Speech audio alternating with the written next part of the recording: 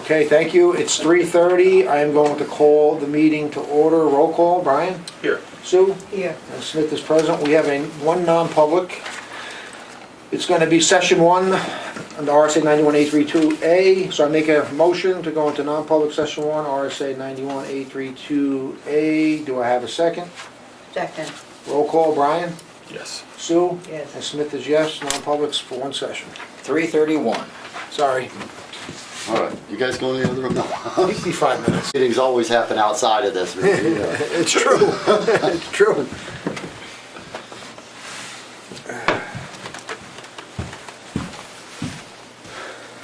$3:41. Okay.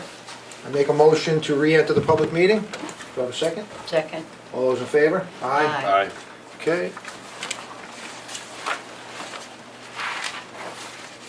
TJ, you have something before I head into? Yeah, I'll just go folder? through this up here because we got a lot to Yeah, do go ahead. downstairs. Are you sealing the minutes? Nope.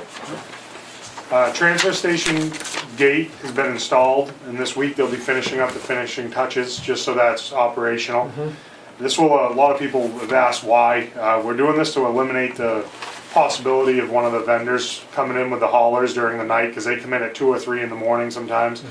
We've had 2 or 3 fall. They gotta climb out, get the key, everything. So this, and the other issue is those haulers are halfway out into Chickville Road when they pull right up to the gate. So if you see, we moved the gate back like 15 feet. They'll be able to fit, but when they pull up to the gate, it will open. Right. It's all solar panel. It'll open it for them. Do they have a door code or do they have a? They're gonna have a code, but Yeah. they're gonna be able to do it from the truck. We're gonna Right. try to work it out so they can do it from the truck. We hauled about 1,500 tons of sand to the highway garage. We ran into something we haven't run into in the 5 or 6 years that I've been here. We haven't been able to get grits. They're not making them down there because ag is focusing on the train going to Boston. So when we got grits, we hauled 1,500 ton. It's not gonna go bad, and Yeah. the more grits you have down back, the better, because it doesn't freeze fully.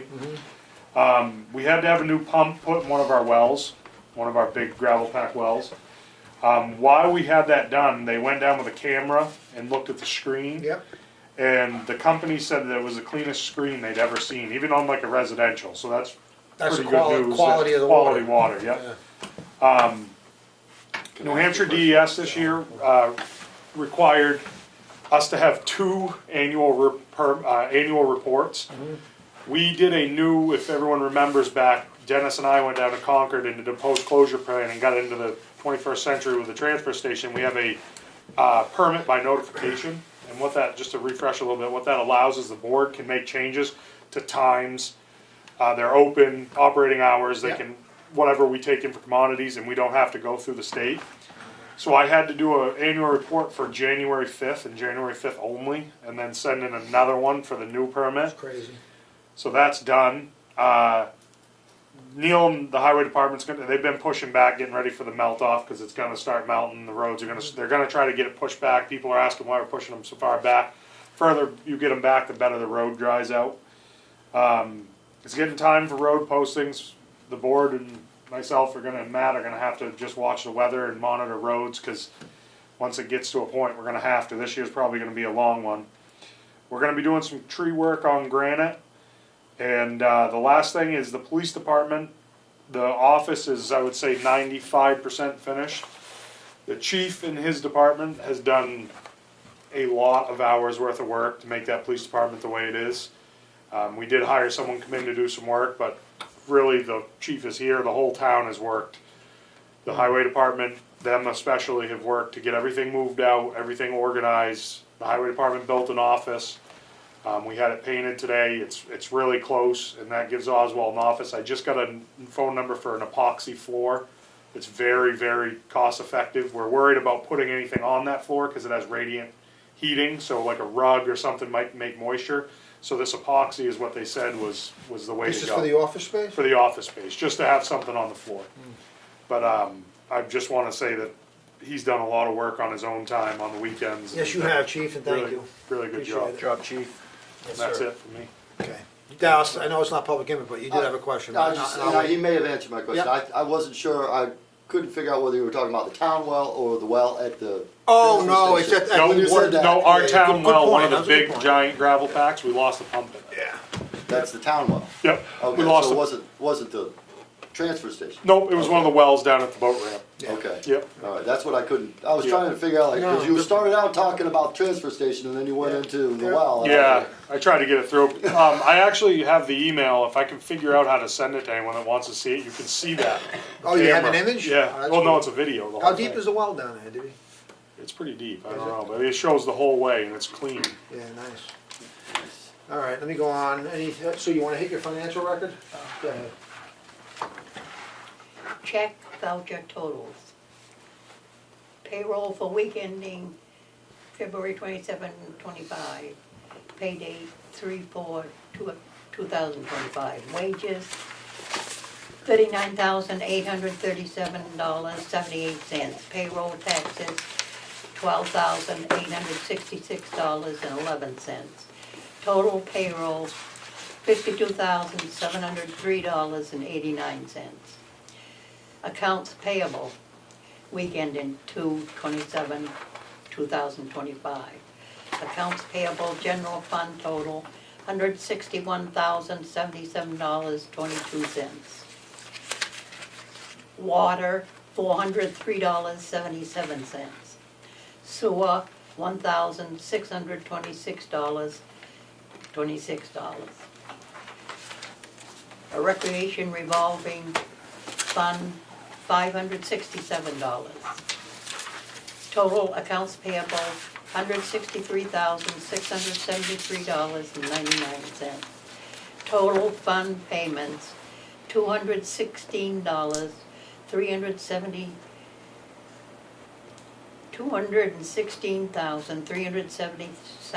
$216,377.88. I make a motion we approve these check voucher totals. I'll second that. All those in favor? Aye. Aye. Okay, I'm gonna head right, we have a lot to do downstairs, so I'm just gonna zip through what we have here in the red file. Matt has a contract here from Armon Networks, these are our current provider. Matt wants us to give him permission to sign this, which I have no issues with, we've been using them for years, they work, they're the best around. So I'll make a motion to approve Matt to sign this renewal contract with Armon Networks. Second. All those in favor? Aye. Aye. I have a notice of intent to cut wood or timber for map 35 lot 2. Taxes paid, no cemetery. Make a motion to approve this. Second. All those in favor? Aye. Aye. I got the minutes work session from February 11th from the Selectmen's meeting. Make a motion to approve these. Second. All those in favor? Aye. Aye. Another notice of intent to cut wood or timber for map 135 lot 1. Taxes paid, no cemetery. Make a motion to approve this. Second. All those in favor? Aye. Aye. Aye.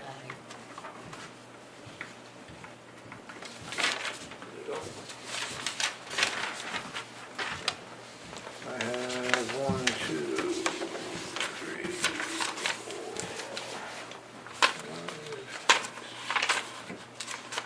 5. I have 7 clerical abatements. I'm gonna do them in one motion after I read them. First one is from map 29, lot 1, sub 369. It's for a camper, and they weren't on site for the 2024 season. It's $33. Next one is from map 130, lot 12, sub 89. The camper was registered for the 2024 season. The amount is $206. Next one is map 17, lot 1, sub C19. Camper was registered for the 2024 season. The amount is $120. Next one is for map 14, lot 14, sub 34. Camper left prior to April 1, 2024. The amount is $30. Next one is from map 130, lot 12, sub 120. Camper left prior to April 1, 2024. The amount is $219. Next one is map 130, lot 12, sub 129. Camper was registered for the 2024 season. The amount is $144. Final one is map 29, lot 1, sub 352. They were never on site for the 2024 season. The amount is $234. Make a motion to approve these. Second. All those in favor? Aye. Aye. Sign that one.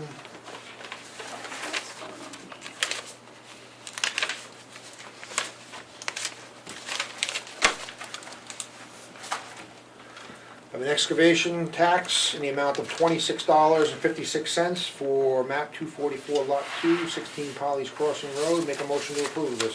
Second. All those in favor? Aye. Aye. That.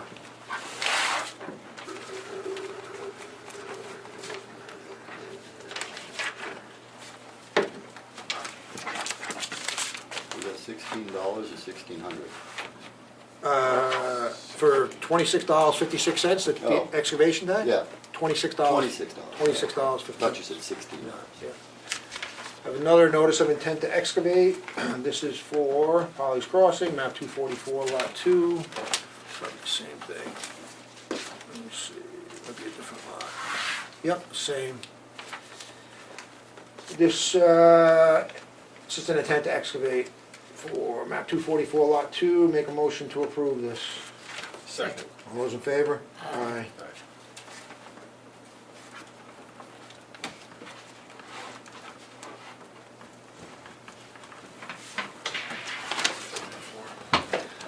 I got a request for a abatement. It's for water. A meter was removed and the account was closed. Map 92, lot 39. The amount is $24. Wait a minute. It's $24.50, TJ? What was it for? This is, the meter was removed and the account was closed. Yep, $24.50. Yep. Okay, make a motion to approve this. Second. All those in favor? Aye. that was the one that the billing, Oh, right. Kelly's billing man kept sending, Yes. we don't know why.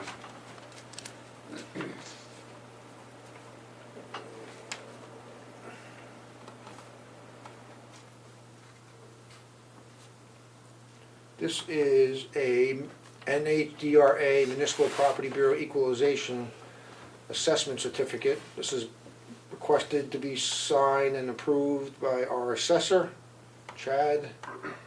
It's a standard form. Make a motion to approve this. Second. All those in favor? Aye. Aye. And it says cyclical in progress. That's it.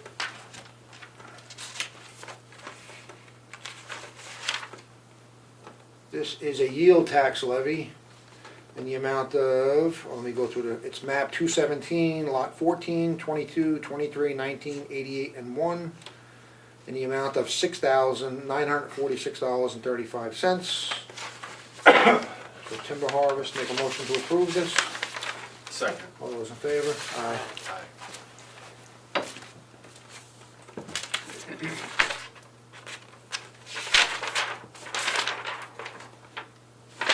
This goes with this.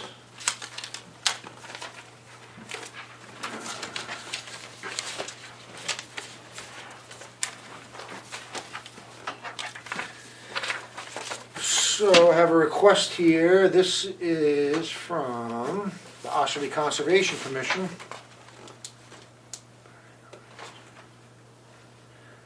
They requested that we approve, and they voted to approve. They want Brad and Dawn Marion, M-A-R-I-O-N, to be appointed to the Conservation Commission for a 3-year term. There are 2 openings, and they still need alternates. So I have no objection. I make a motion to approve this. Second. Sue seconded. All those in favor? Aye. I'll retrieve that from you, please. Yeah. I'll give you the letter for them. Good people. Thanks. Yep. Okay, this is a letter from the Conservation Commission. It's referencing the Lowe's Hometowns Give Back Program. Conservation Commission is requesting the Board of Selectmen to authorize the Friends of Ossipee Lake, care of Gloria Valari, the Ossipee Loon Guy, and the Loon Preservation Commission, who would like to nominate the Town of Ossipee Conservation Commission for a Lowe's Hometown Give Back Program, which if chosen will help the community initiative, will help with the community initiative, The Friends of Ossipee Lake, the Ossipee Loon Guy, and the Loon Preservation Commission would like to install informational kiosks at all boat launches on Ossipee Lake for the purpose of making our visitors and partners and keeping Ossipee Lake a valuable economic resource for our area. On behalf of the Ossipee Conservation Commission, we thank you for your time. Again, I have no objection to this. This is volunteers doing the work. I know I've talked to the Conservation Commission. One of them is going to be the agent of contact Yeah. on behalf of the town to deal with this, so. That's great. So I'll make a motion to approve this. Second. All those in favor? Aye. Can I ask a question about that? Sure. What does that affect the boat launch down here, the state boat launch? Yep, they're gonna have to get permission from the state to put it there. Okay, because that says Ossipee. Yep, but We can't. that's gonna be up to them to do it. If they don't get permission, then it's not gonna happen. Okay, I was gonna say, Yep. because we can't give them permission for that. No, Okay. no. Might as well no. take that one too. That's Yeah. gonna require a letter from me on your behalf, No, please. you're absolutely right, Dallas. That's gonna be for them to pursue. I don't think there's very many boat launches in Yeah. Ossipee. Nope. I have a notice of decision from the zoning board of adjustment, case 2503V, 1615 Route 16. They were granted a variance. So that's pretty much it. In the file for review.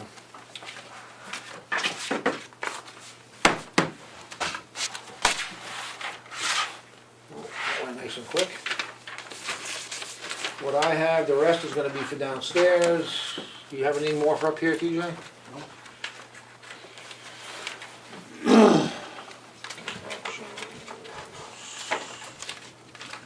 Yep, mine's for downstairs. You have anything for up here, Sue? No. You have your downstairs, you, Brian? No, just Just downstairs. Matt, you have anything? Nope. Good. All right, well, normally we don't do public input, but since we have some public, you have any public input? You know, I wanna let you know, I am running for selectman, so Yep. hopefully I'll win, but we'll see. Yep. You know, I'm pretty sure I didn't make very many people happy the other day, but I have my opinions, and not everybody likes them. I think you guys all do a great job, and anybody who does any of these jobs ought to be commended, because this is not easy, and everybody Appreciate thinks that it's easy. It's not. I've been following it for a long time, and you all have seen me, so, and I just, you know, some of the things I've heard lately, I'd like to question, but I'll wait and see how it plays out. I don't know, you know, and that's just me. But, you know, I could have saved this for public comment at any time, but I'm You could do it pretty again- sure, you could do it I'm pretty again sure, downstairs. everybody knows how I am, I'm very straightforward, I will tell you what I think, and I'll probably do the same thing tonight at Meet the Candidates Night. So, you know, Well- I just, you know, I don't want to get into the whole fighting back and forth about who did this and who did that. We have zoning regulations. I am very outspoken about zoning. I don't like it, but the town passed it, they wanted it. This is where we're at. Well, So, I'll leave it at I that for now. appreciate, Dallas, you, take this as a positive, you've come a long way, because by you serving on the zoning board, the budget committee, you've understand the process. That's We're right. governed by law, it's not a free-for-all, we can't make stuff up. I talk about a Dillon's Rule state all the time, we're That's right. governed by the state legislature. Maybe you should explain Dylan's rule. I've explained it numerous times, but I'm I- saying it again here, the only authority we have is what's granted to it by the state. That's And correct. you've learned to understand that, and I appreciate your candidness on that. Yeah, I have to, somebody has to say it. Thank you. Thank you. Appreciate it. Thanks, Dallas. Anyway, being nothing further, I'm gonna recess till 4:15, thank you. 358. It's one of the best calibers there is.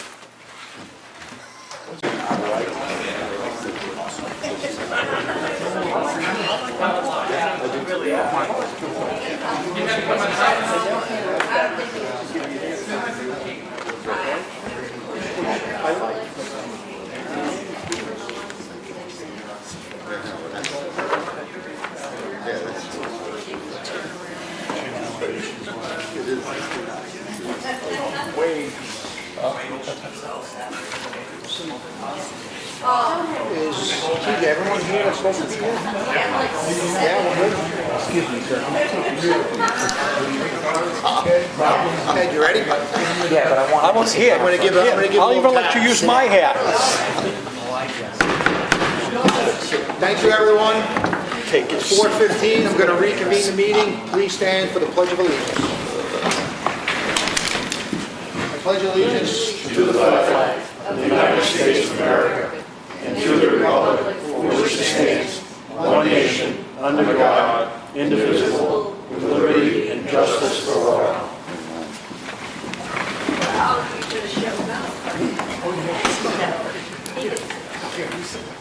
Okay, I'm gonna open up to the first public input. Any input for the first public input for the selectmen's meeting? Okay, seeing none, I'll wait till I am gonna move on to the red folder documents we did upstairs in the work session, the public portion of the meeting. We are gonna go on to Mr. Keys. He has an announcement to make. So with great honor, I'm going to read the Citizen of the Year for 2024. Martha Berry Eldridge was born in Ossipee and has lived here her whole life. Martha worked for the town for the better part of 30 years and in many roles, ascending to the position of town administrator, which she held for over a decade. As the town administrator in the early 2000s, Martha was a major contributor of progress as the town operations changed with the times and conformed to the technology and state laws that were always increasing. The selectmen, citizens, and employees of the town always had great respect for Martha, and she made lasting friendships during her time working for the town. Upon retirement, Martha's contributions weren't remotely done, as she went on to serve 2 terms as an Ossipee selectman. As an elected member of the governing body of the town, Martha was always known to give an open ear to those who had opinions, requests, and comments. Again, her warmth as a person was appreciated by citizens and employees alike. Currently, Martha spends a considerable amount of time cooking and caring for her family. She always has cooked.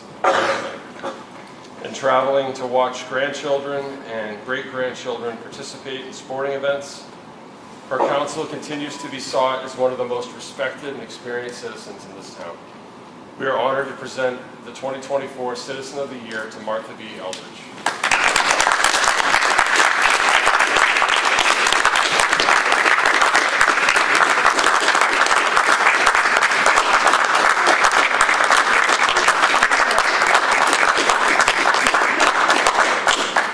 Martha, thank you. Your kindness is missed on the board. Thank you. Thank you, guys. It's been a lot of fun, a lot. I Yep. didn't say all fun. Okay, all right, Sue is gonna go on with her next announcement. Matt, you wanna pass some of those out? Proud to read the Thank you. 2024 town report dedication to Connie Billings. Connie M. Billings was born on March 3rd, 1943 in Milford, Massachusetts, to Henry and Marion Billings. Connie was a graduate of Bristol County Agricultural High School in Massachusetts. She worked for many years in the dairy industry before moving to Ossipee, New Hampshire in 1985. After moving to Ossipee, he became a lawyer, owning his own business for years after.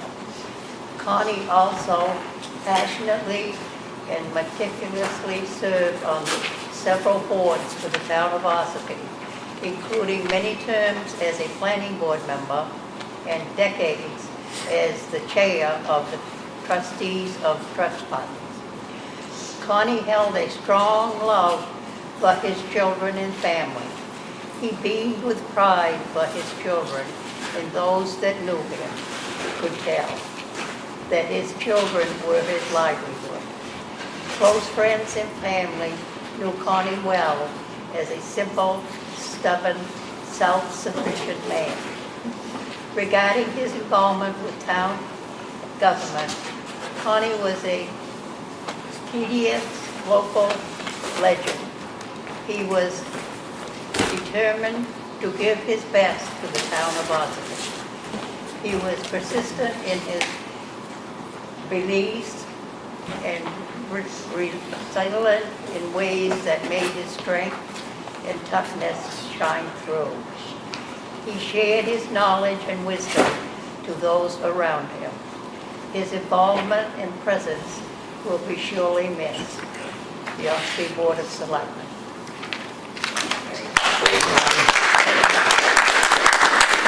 I just want to say, I worked with Connie closely over the last 10 years, whether it was the planning board, a trustee of trust funds. He became a dear friend He was a pain in my ass. Anyone who knows Connie would agree with that, but he was a great, great man on the inside, and we will miss him. Thank you. Okay, I have something here.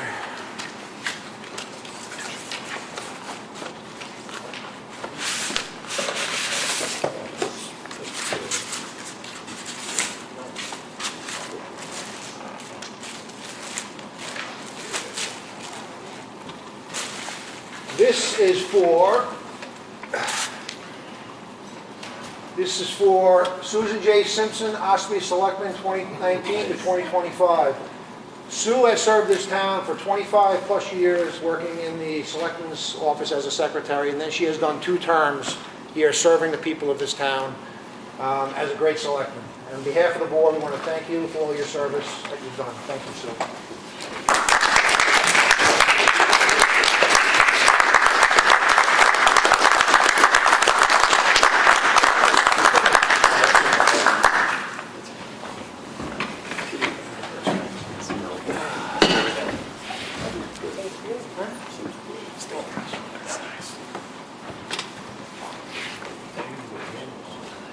Well, thank you very much. I've enjoyed the 6 years that I've been on the board, trying to do the right thing. But one big thing also is I have met such wonderful, wonderful people and friends that I didn't know before. And I thank you very much. Thank you, Sue.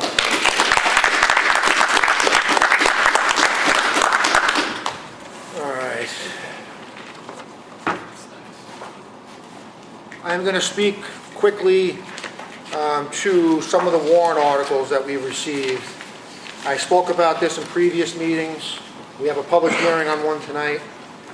I'm just going to speak to the process so everyone, there's a lot of people here, so you understand how we're governed. So we received 5 petition warrant articles. One of them's valid, called actionable. There is an RSA that allows it. That's RSA 41:8C. That's going to be for the public hearing on that. But there is a couple of others that are not actionable. Why do I say that? Petition warrant articles are a right. People have a right to petition their the Board of Selectmen through the legislative process. But just because you have a right to petition does not make that petition valid. What do I mean by that? This is what they call a home rule state. That means the only authority granted to the legislative body, i.e. town meeting, is what's granted to it by the legislature. That's conquered. So there has to be a law that says you can request this from the Board of Selectmen. So we received 4 petition warrant articles. I'm not going to read them all because we don't have time. But the first one was about an elderly exemption. It just granted a blanket elderly exemption if you were 72 or older. We already have an elderly exemption process. That's RSA 7239A.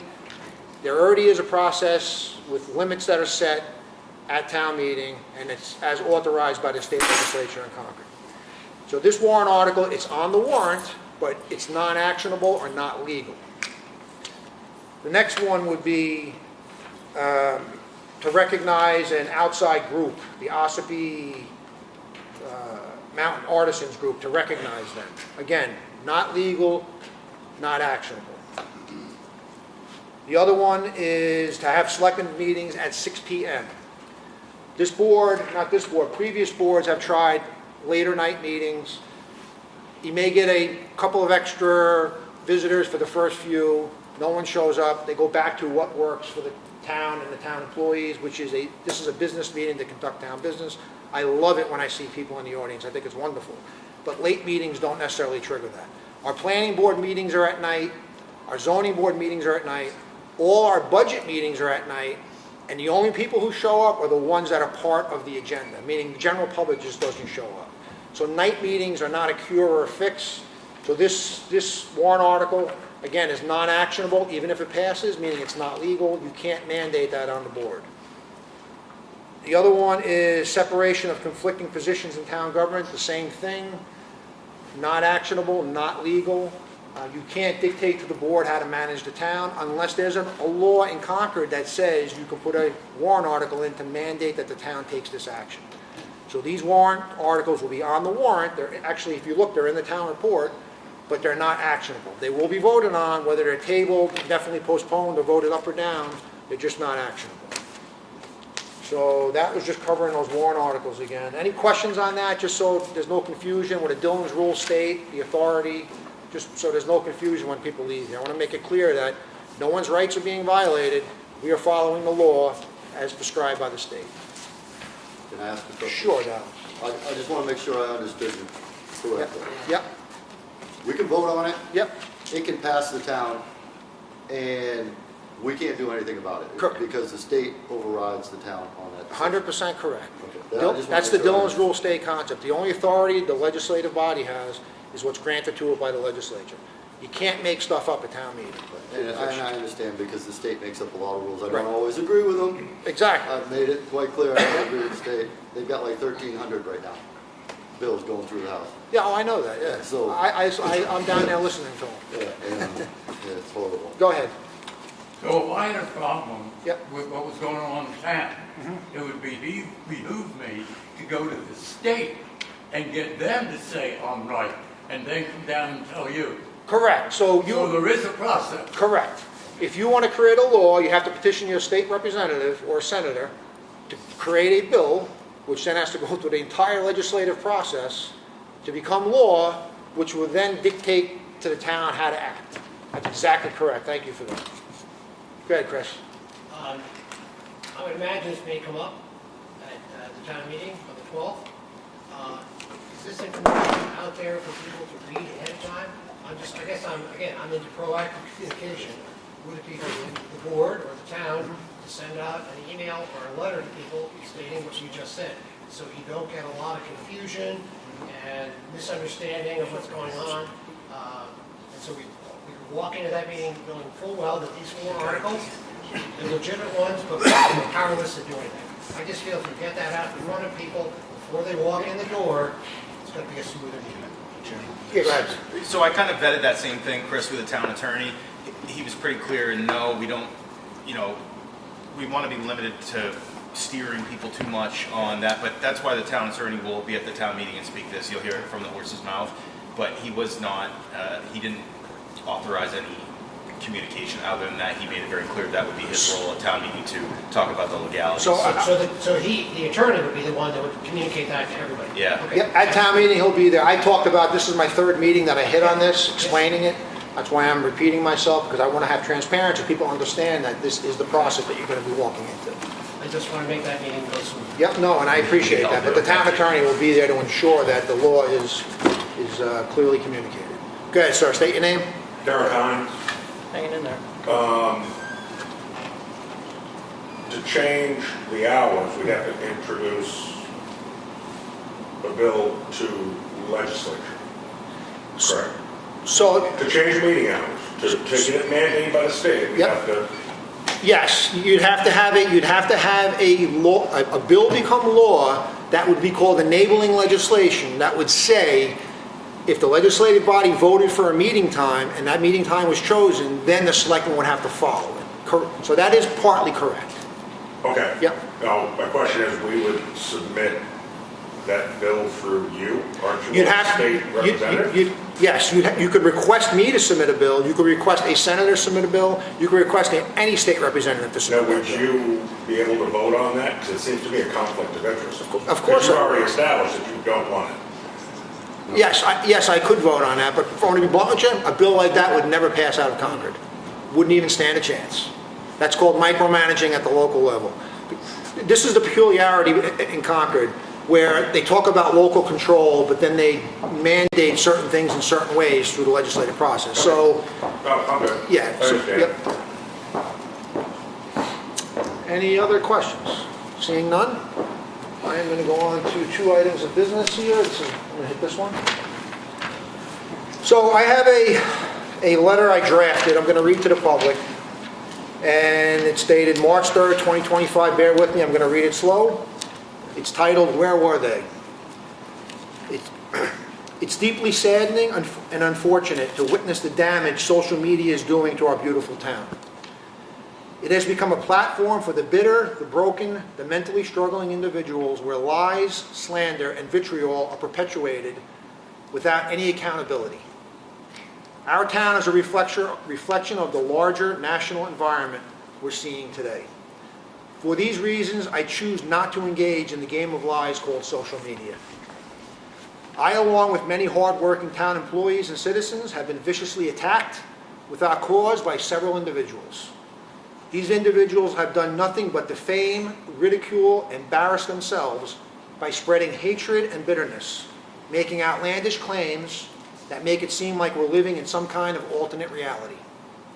I honestly feel pity for their brokenness. They claim we are corrupt, irresponsibly spending taxpayer money, or violating people's rights through enforcing building codes, zoning ordinance, or state sanitary health regulations. These claims are completely false. Where were they when the town was financially struggling, spending every penny it had?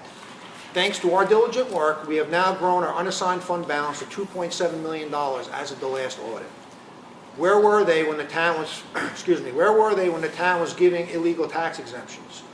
We've implemented new policies and measures approved by the DRA and BTLA to prevent this from happening again. Where were they when the town was offering illegal tax payment plans?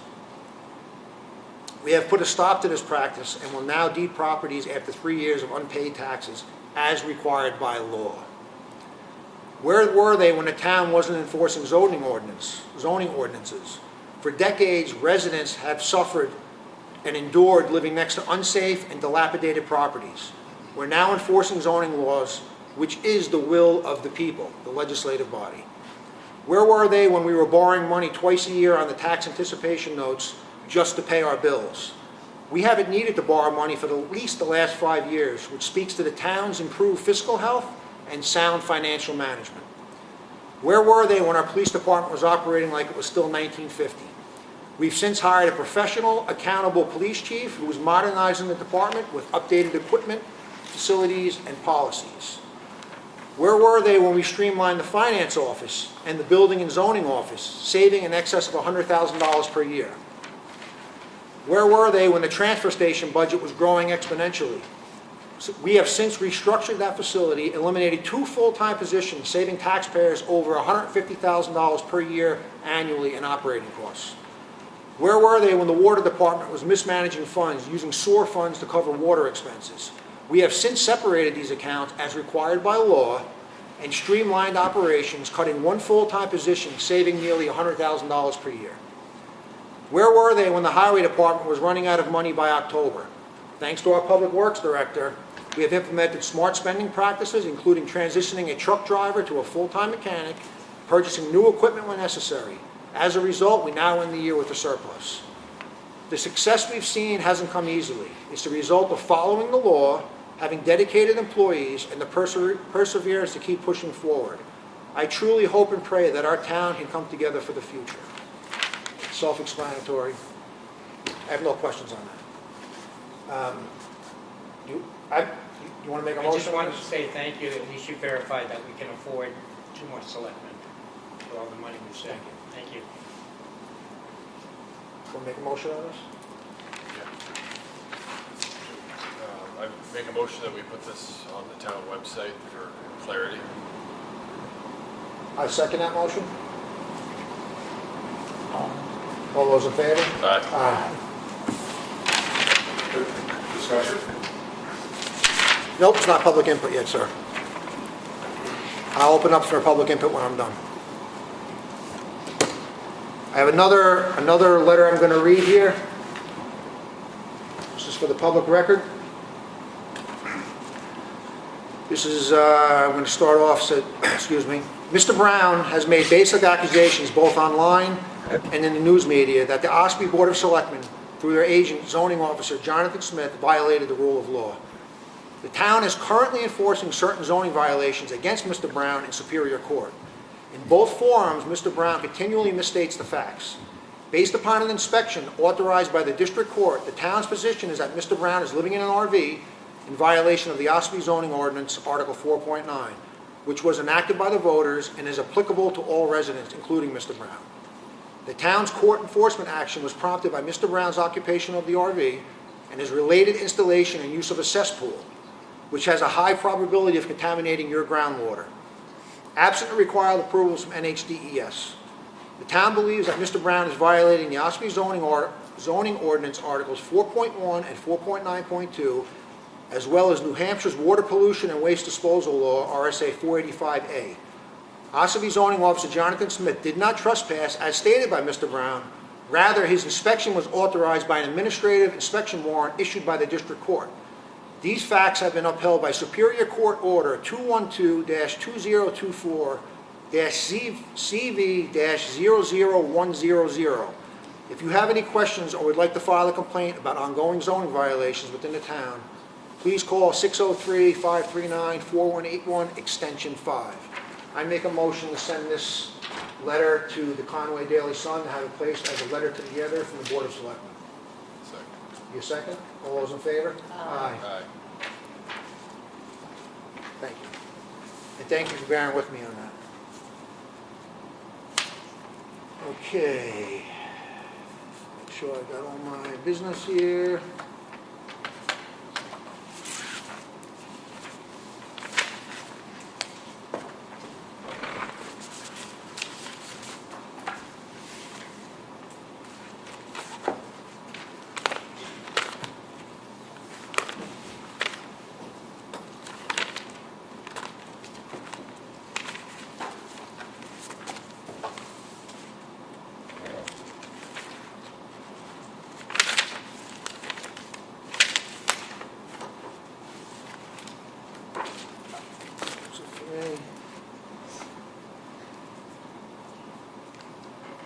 Okay, I'm going to open up to the second public input. Go ahead, Lois. I have, Lois Sweeney, Ossipee Manager. I have a question about recycling. Okay. Why does the town building not recycle? You've made us recycle, and yet you've eliminated newspapers and plastic and everything else. So I think you should start recycling in the town hall at least. Okay. You want to speak to that, TJ, at all? or? We do, so at the transfer station, we do not recycle 1 to 7 plastics or newspaper anymore. Right. When we were having residents recycle mixed paper, I didn't see the sense in making people go through it when it was already getting dumped by the transfer station employees into the MSW, because it was cheaper to do that than it was to bale it. 1 to 7 plastics, we never see a profit. It costs us more to bale it than it does to. Now, I want to know why we're not recycling in the town hall. I go by the garbage cans, and there's cans, there's all kinds of stuff. Part of that could be events that are held within this gym. Yeah. Go ahead, you want to go ahead? We don't have anything here to recycle. If the board wishes us to put out a recycling bin, we can. The only thing we recycle at the transfer station that we make money from is OCC cardboard and aluminum cans. So, I mean, we can put if the board wishes, we can put a can recycling bin, but other than I'm not opposed to We putting used to it. have one. We used to have that round one, said cans only, was out there, but once the soda machine left, so did that. Yep. But everybody brings their own in. I'll just have the mystery. I'll make a motion that we put out a soda can recycling in the front lobby next to the soda machine. I'll second that. All in favor? Aye. Aye. So we'll put a can out for metal cans. I have no problem with that. We'll take Thank you. care of it. But the plastic thing is, we've been down this road. Yeah, Yeah. I know. Yeah, there's no market for it. NRAA could never prove to us the chain of custody. It ends up going to the landfill. There's no facilities in this country to recycle plastic. Very, very small bit. But that's a good question. Thank you. Go ahead, sir. State your name. Derek Hahn. Sure. Can you go back to that first letter that you read? No, I'm not rehashing the letter. Didn't you say questions? It's public input. I don't have to answer questions. You can make a Exactly statement. why if we you- need Oh, I five didn't make a selectmen. statement. Okay. Mr. Bowie, address the board and speak when you get permission to speak. Thank you. Go ahead, I'm sir. merely stating I believe that you just said anybody who posts on social media disapproval of the town is bitter, angry, or mentally deficient. Okay, you can make your statement. I'm not going to respond. You make your statement. I appreciate the board implying that Okay. people are mentally deficient. I mean, it's a bold statement. That's it. Thank you. Any other public input? I have a question, Okay, Dallas Dallas. Emery. Sure. As you all know, I'm running for selectman, but my question has nothing to do with that. I was wondering where we stood on the aggregation plan that we voted in last year. You want to speak to that, Matt? Yeah, I hear from Stuart all the time. We're waiting on favorable pricing right now. Can't really do much better than market rates, so we don't want to get into a contract that's going to cost people money, obviously, so we're waiting for favorable. People can still shop their own rate like they've always been able to. So the default rate through Eversource right now is quite low, especially the part of the fact because they overbilled in the past, so there was a credit that came back on this 6-month billing cycle. So the sheer fact, because they overbilled previously, they have to give it back in this cycle. It's hard to compete with that. As you notice, natural gas prices are down, oil is down due to energy policy change on the national level. So that's going to, right now, there's no reason to pursue a lock-in rate on that aggregation. My concern was that we voted this in last year to try to get ahead of the rate increase that we actually just got. And everybody got a rate increase this year. Everybody's bill went up. Eversource rate just dropped from 11 cents down to 8.9.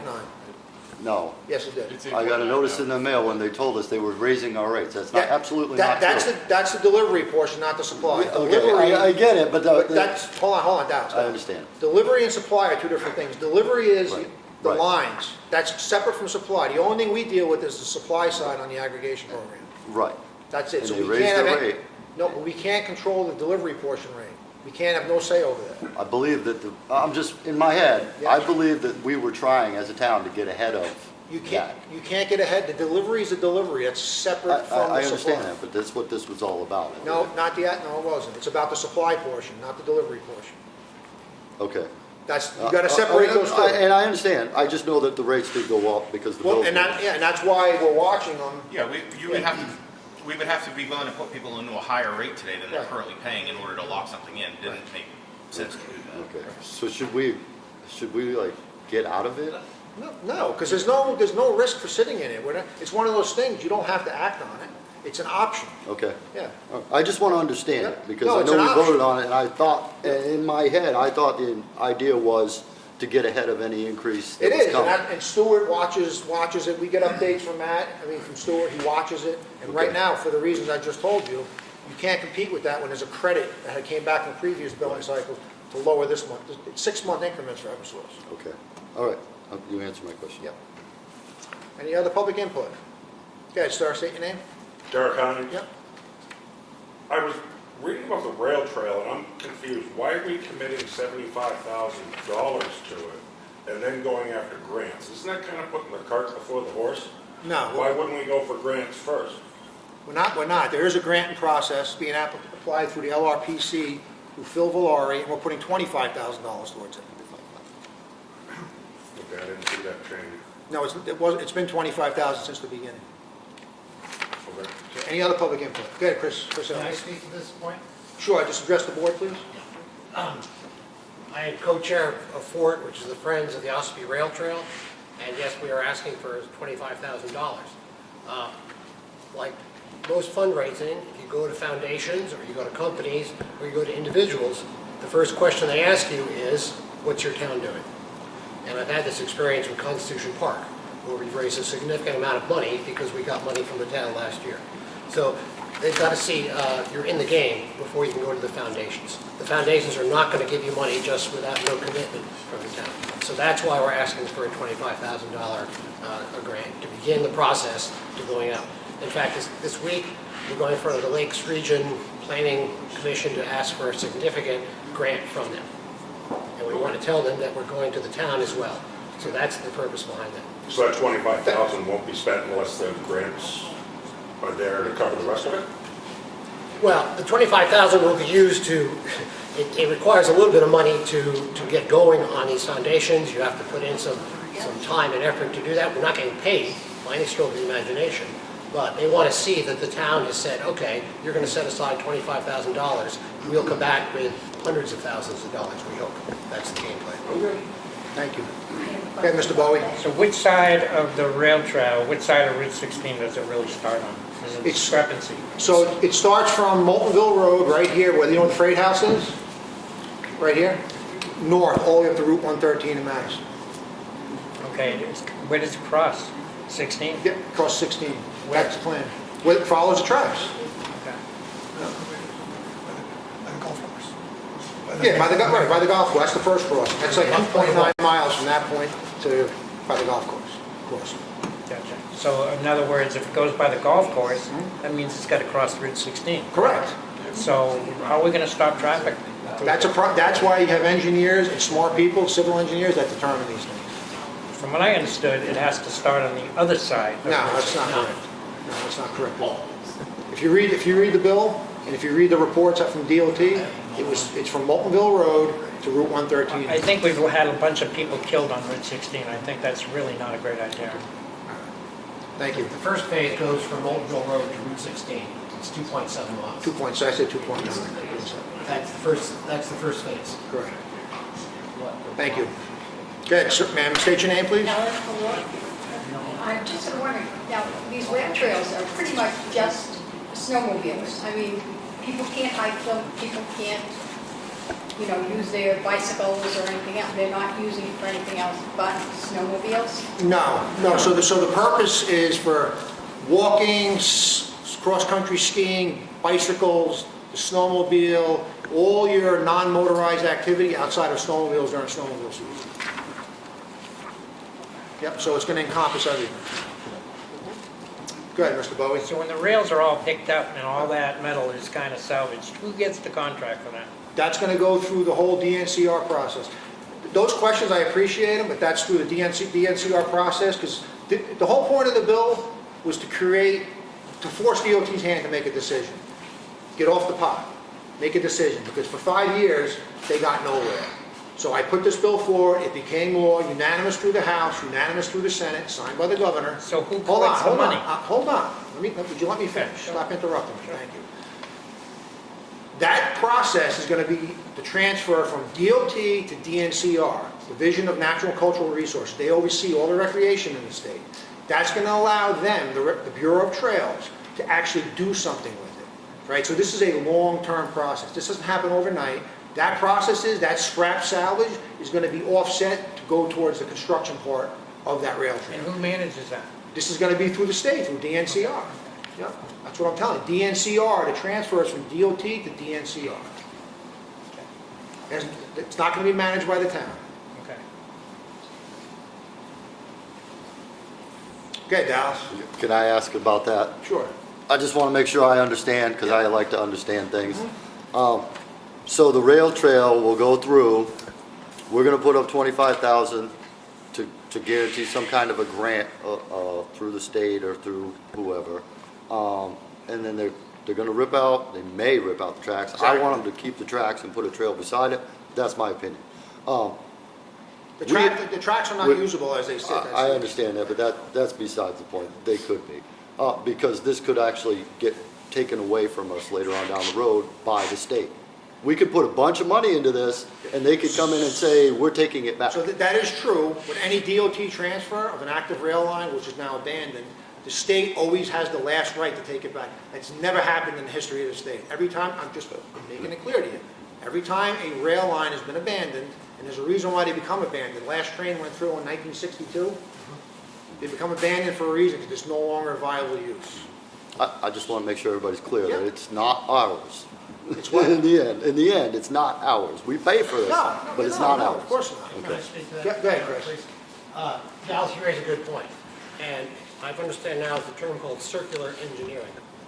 So about 20 years ago, there was a study done about the tracks here and what it would cost to bring them up to where they should be stayed. It was about 20 million. Well, you can imagine, in 2004, there was 20 million, significantly higher now. So in some ways, if trains come back, and by the way, not just in this state, but throughout the entire country, in the last 30 years, when rail trails have been converted to bike trails or recreation trails, not one time have trains come back to any one of those areas. Well, if it ever happened, all those rails would have to be taken. So we're actually doing them a favor. By ripping them up, where they're actually saving money. Good point. Okay? Yeah, That's called circular engineering. The rails down there, we got to get onto the public hearing. Yeah. I'm going to close down public input. Our 85-pound rail, they're old, antiquated, they can't carry modern trains. It's just not up to the task. So I understand you put the rail, but they're just not usable for modern train.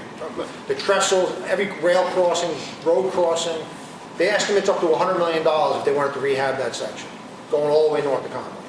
It's just money's not there. So anyway, I'm gonna close the public input, because we have to go on to a public hearing, because we're already 20 minutes past. I am going to adjourn the selectmen's meeting and open the public hearing on the five-man select board as per RSA 41:8C. So. 451. Some rules of decorum on this, want to make it clear. You address the board, state your name, you have 5 minutes. There's going to be no slander, obscene slanders, defamatory language. I don't expect that from anyone here, but I'm just going to make crystal clear, we have a public input policy, and we're going to adhere to it. I will gavel you if you're out of order to address someone being out of order. So, being that, I now open the hearing on RSA 41:8:C to the public. Mr. Bowie. Can I present this? Sure. Thank you. Is this for everybody or just me? This is for everybody if they'd like to copy. Okay. You can certainly read it aloud. This has nothing to do with the public hearing. Thank you. And I just addressed, oh, you weren't here when I addressed the warrant articles? You walked in after? I wasn't. Okay, so this, if you want, just for the sake of time, go back and watch the video. I addressed what they call a Dillon's rule state, but I'm not going to sit here and explain every one of these points again, so thank you.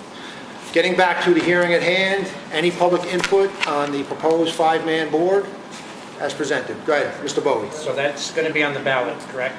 Correct. Okay. Yep. Dallas Emery. Go ahead, Dallas. Yeah, I'm not sure what difference it makes. To me, it doesn't really matter. We've had a three-man board as long as I've been here, and it's always worked out fine.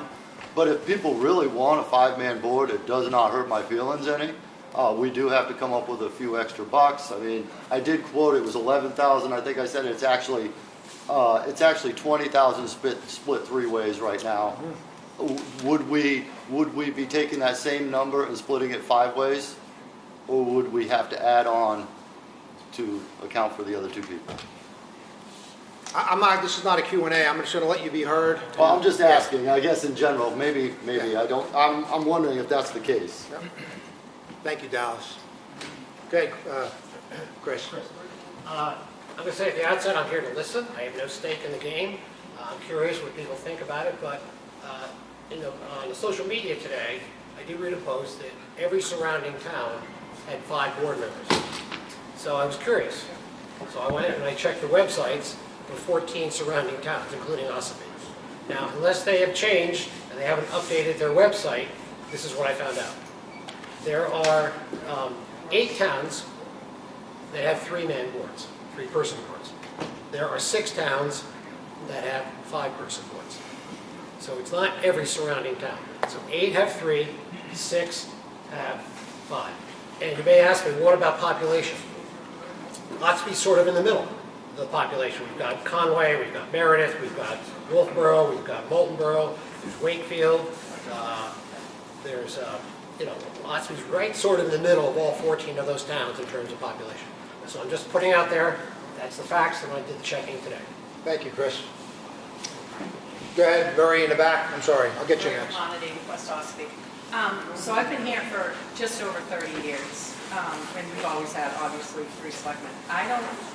There's been years that I've been here when the select board's gone uncontested. A person running didn't have somebody to run against them.